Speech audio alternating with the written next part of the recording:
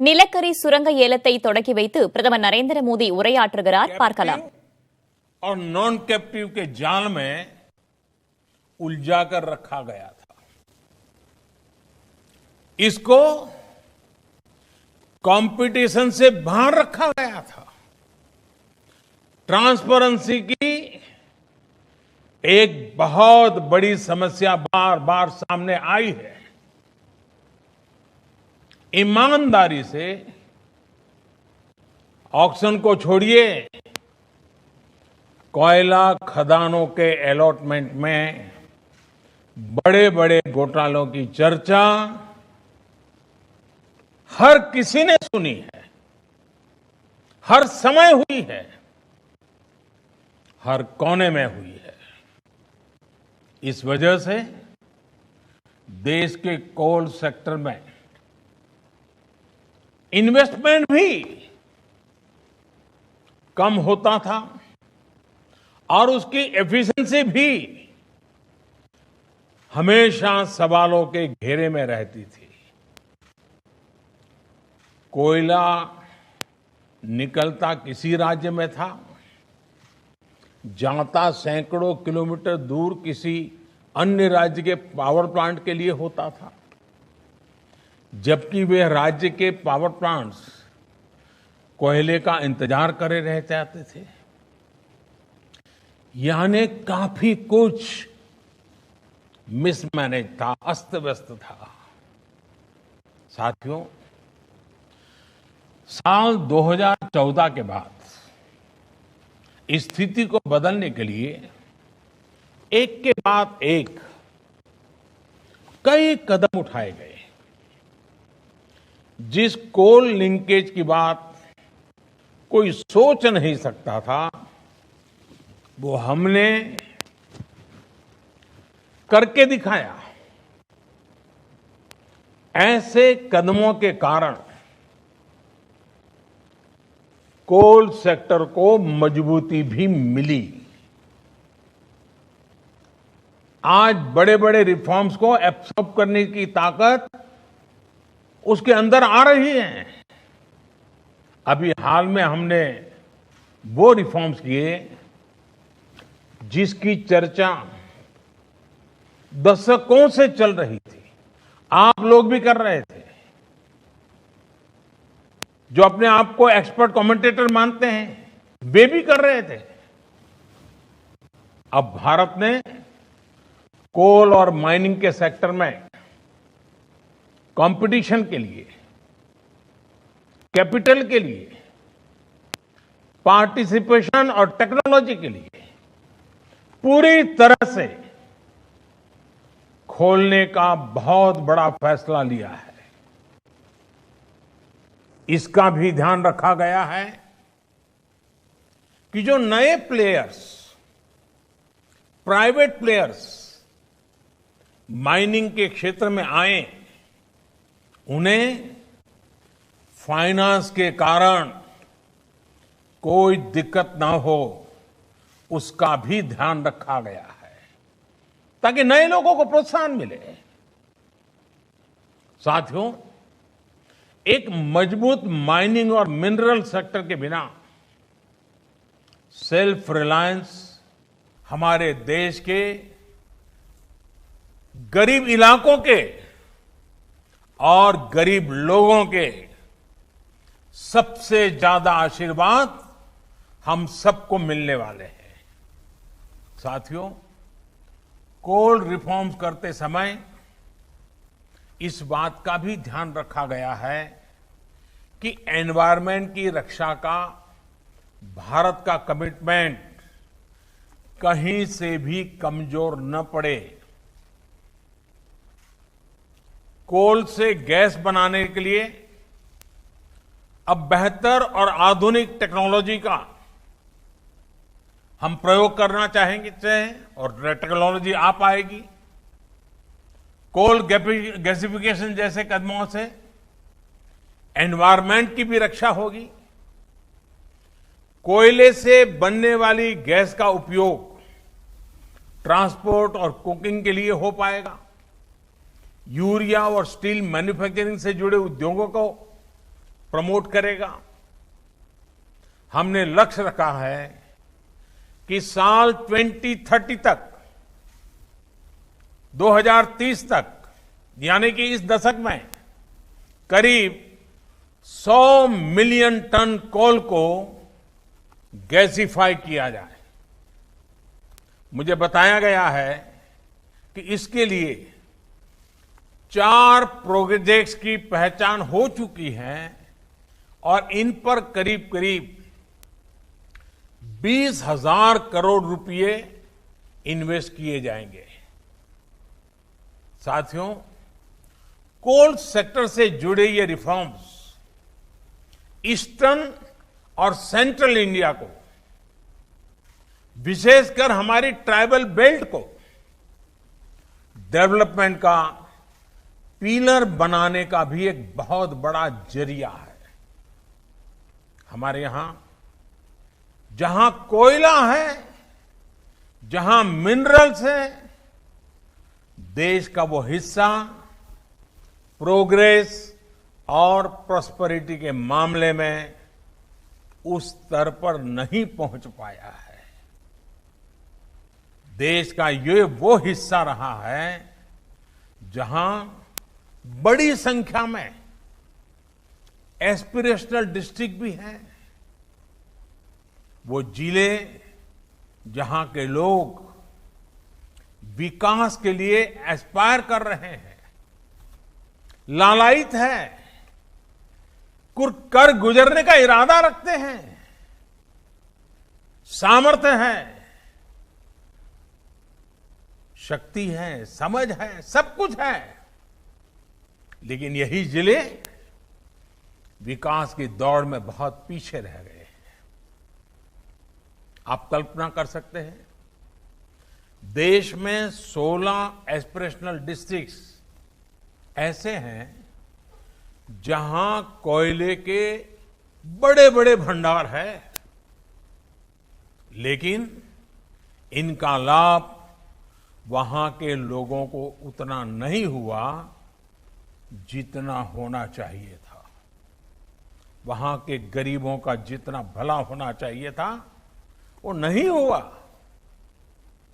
यहां से बड़ी संख्या में हमारे साथी दूर दूर अपने बूढ़े मां बाप को छोड़ करके, अपने खेत खलिहान को छोड़ करके, अपने यार दोस्तों को छोड़ करके बड़े शहरों में रोजगार के लिए, एम्प्लॉयमेंट के लिए माइग्रेशन करते हैं।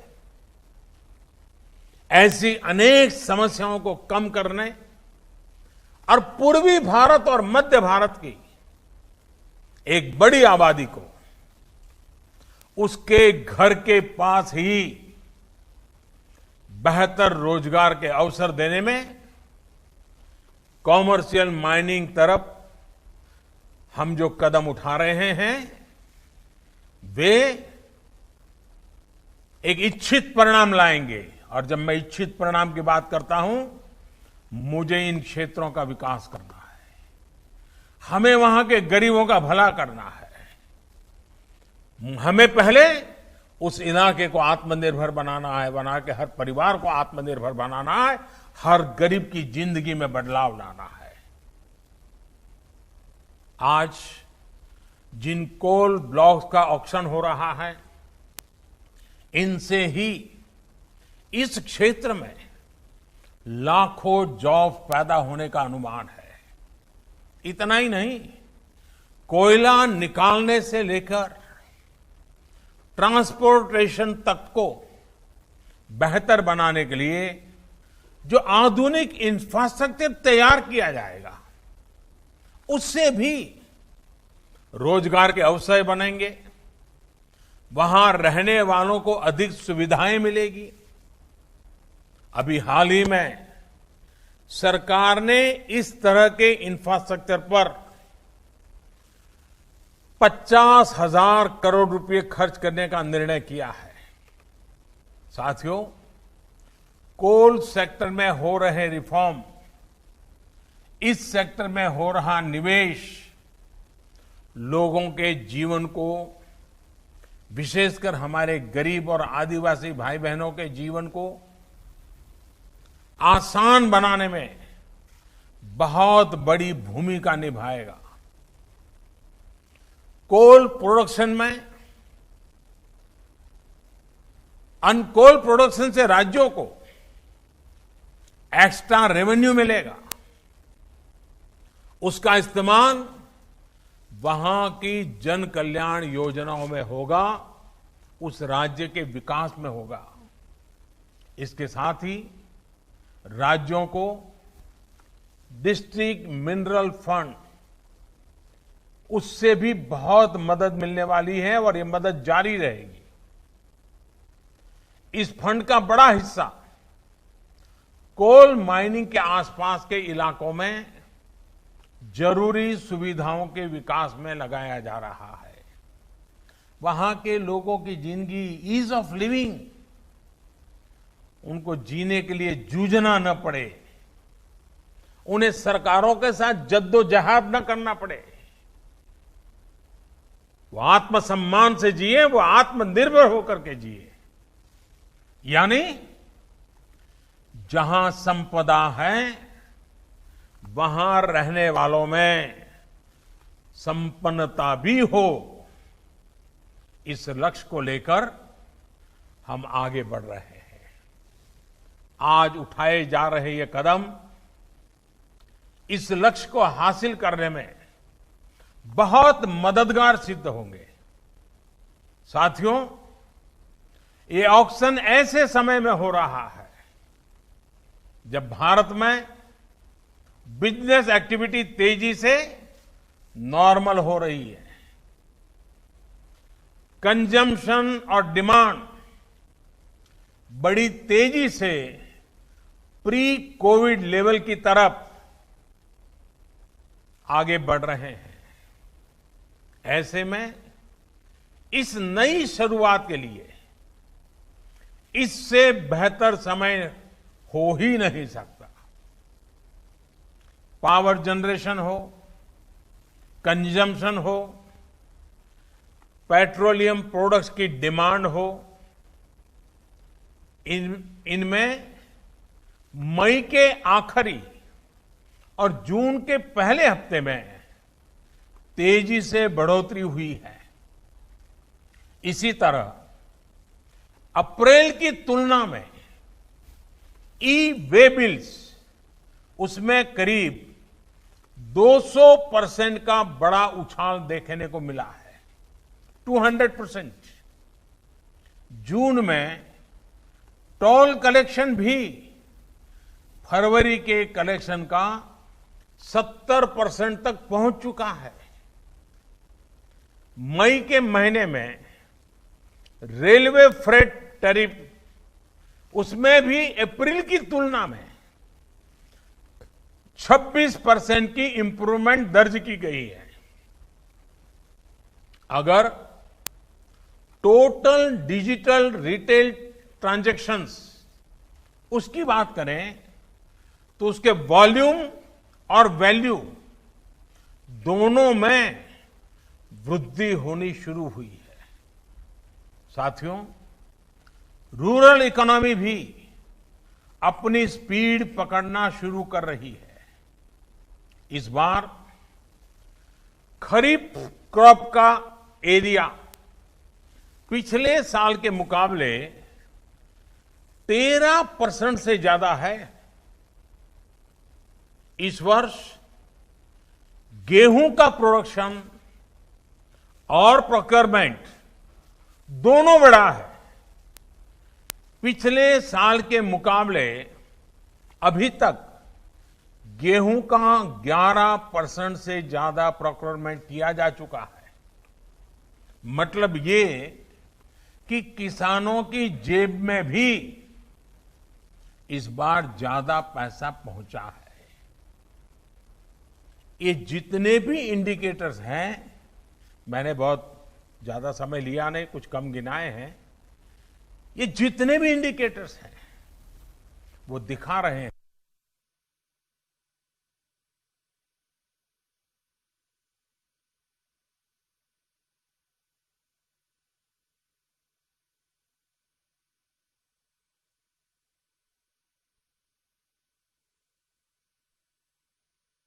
बाहर निकला है, इससे भी निकलेगा। हम भारतवासी अगर करोड़ों कंज्यूमर हैं, तो ये न भूलें कि हम भारतवासी करोड़ों प्रोड्यूसर भी हैं। भारत की सक्सेस, भारत की ग्रोथ निश्चित है। हम आत्मनिर्भर बन सकते हैं। आप याद करिए, सिर्फ कुछ सप्ताह पहले तक हम N95 मास्क,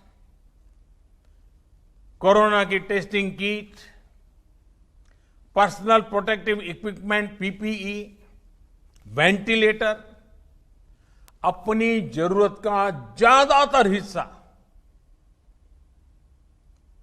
हम बाहर से मंगाते थे। अब भारत अपनी डिमांड को मेक इन इंडिया से पूरी कर रहा है।